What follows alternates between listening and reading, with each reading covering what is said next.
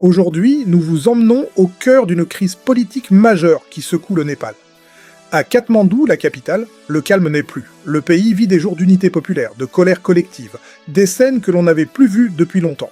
Tout commence par une décision du gouvernement, bloquer l'accès à plusieurs réseaux sociaux, Facebook, Instagram, WhatsApp, YouTube et X, pour non-enregistrement auprès des autorités. La justification officielle, réguler l'espace numérique, lutter contre les fake news, assurer la responsabilité des plateformes, mais pour beaucoup, c'est le goût amer d'un contrôle, d'une mainmise, d'une voix réduite.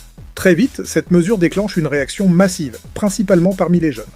La Gen Z se lève dans les rues de Katmandou et au-delà, protestant non seulement contre la censure technologique, mais aussi contre la corruption rampante, les inégalités économiques, le népotisme, et un désespoir grandissant chez ceux qui sentent que le système ne fonctionne plus pour eux. La protestation, initialement pacifique, monte en intensité lorsque les forces de l'ordre interviennent. Gaz lacrymogène, canons à eau, balles en caoutchouc, et dans certains cas, tirs réels.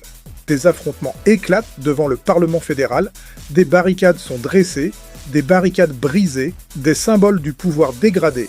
Au moins 19 morts sont recensés dans les premiers jours du soulèvement et plusieurs centaines de blessés. Un autre tournant, des bâtiments officiels brûlés, parmi eux le Parlement, des résidences ministérielles, la résidence du Premier ministre. Le chaos s'installe dans plusieurs quartiers, barricades, barrages, couvre-feu, partout. L'armée suit de près, certains accès de la ville sont quadrillés, la sécurité renforcée, car les autorités cherchent à contenir le mouvement. Face à l'ampleur du mécontentement, le Premier ministre K.P. Sharma Oli finit par démissionner. C'est une première étape symbolique. Le pays entre dans une phase de transition avec la nomination de Sushila Karki, ancienne juge en chef de la Cour suprême, comme Premier ministre par intérim. Elle est la première femme à occuper ce poste au Népal.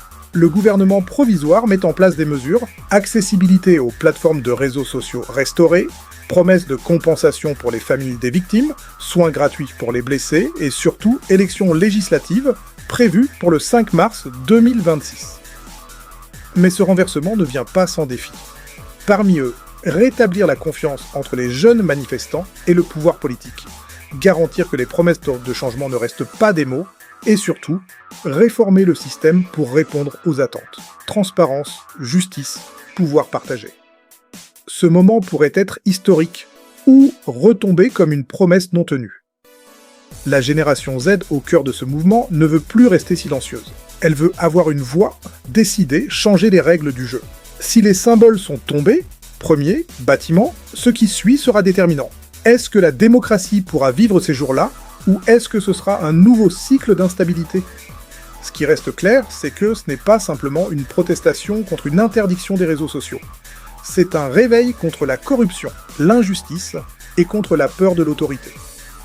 L'accès à Internet, à l'information, à la parole, ce sont des droits que beaucoup de jeunes considèrent comme fondamentaux.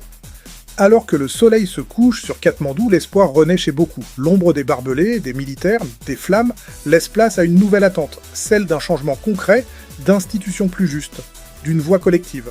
Le Népal pourrait entrer dans une nouvelle ère, celle où la jeunesse redéfinit le pouvoir. Merci d'avoir suivi cette vidéo.